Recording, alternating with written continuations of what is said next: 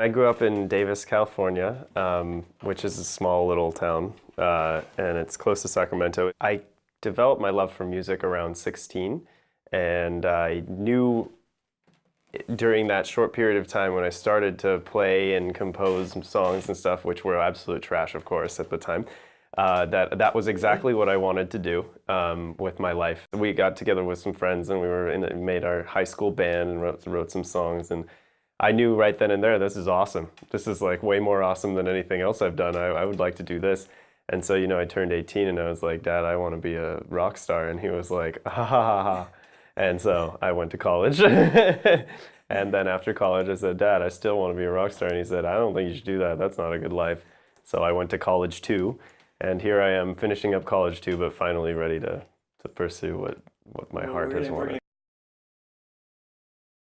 Even my favorite artists now who are young pop stars like Ed Sheeran, I absolutely love Ed Sheeran. I mean, even the time between now and when he was in a position similar to mine, the music industry or whatever platforms, everything has changed even in that short of a time. He really got famous by file sharing on campuses, which at this point is almost dead with streaming and YouTube and all. But I do play out a lot, almost always solo, and that's really just a product of a couple of things, really just my pretty serious time constraints. Also my pretty serious dedication that it's rare to find. I want someone that makes me insecure in dedication.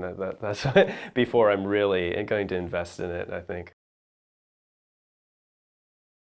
I started writing music because I was an emotional teenager and I found the Red Hot Chili Peppers and I listened to them in my room and I escaped reality and I absolutely loved it and I just wanted to be that for someone, mean that for someone. And at that time, that desire was pretty pure and cool. And over the years, it got morphed into I need to make money, I need to do all these, and those are real concerns.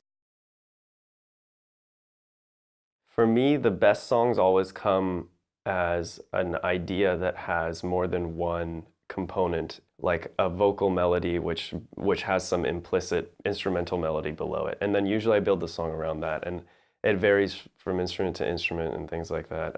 And then one of the recent things I've been trying to do is spend longer on songs, and that I'm really struggling with because when I think of time, I think of how long a piece of time is, like 1 month, but if I'm not working on the song for a month, it's the same as if I worked on it hard for 3 days. So I'm trying to now have to get used to the idea that I actually have to be putting in something over this long period of time and know what to put in. And so it's a constantly evolving process.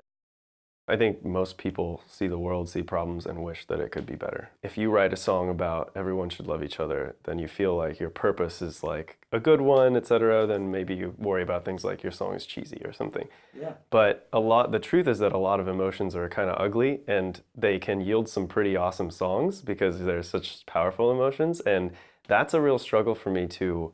I'm often uncomfortable with the lyrics, and then I go back and I change them to make them not sound as not construe a message I don't want to construe in a sense.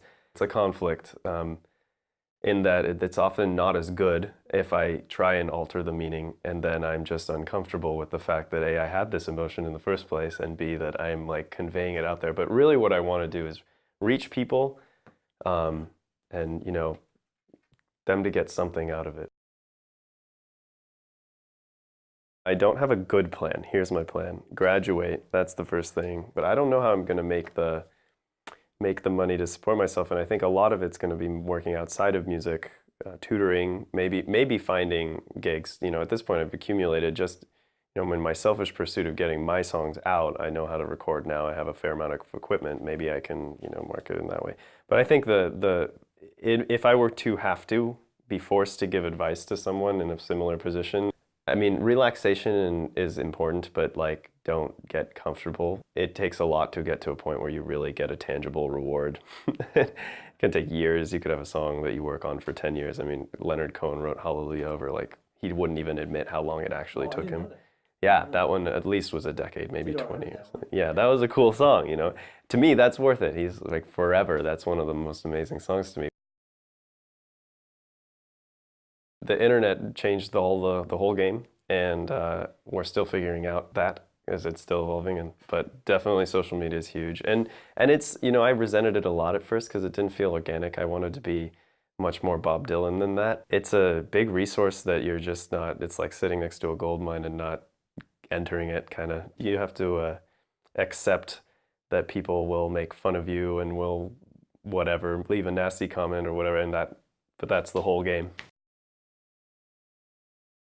So I'm committed to doing music, but the timeline and what I will do with the rest of my life is a total question. I am dedicated to pursuing music with all of my soul for a few years because it's been burning me up from the inside for a decade now. It's time. I can't get any more degrees. I don't need those.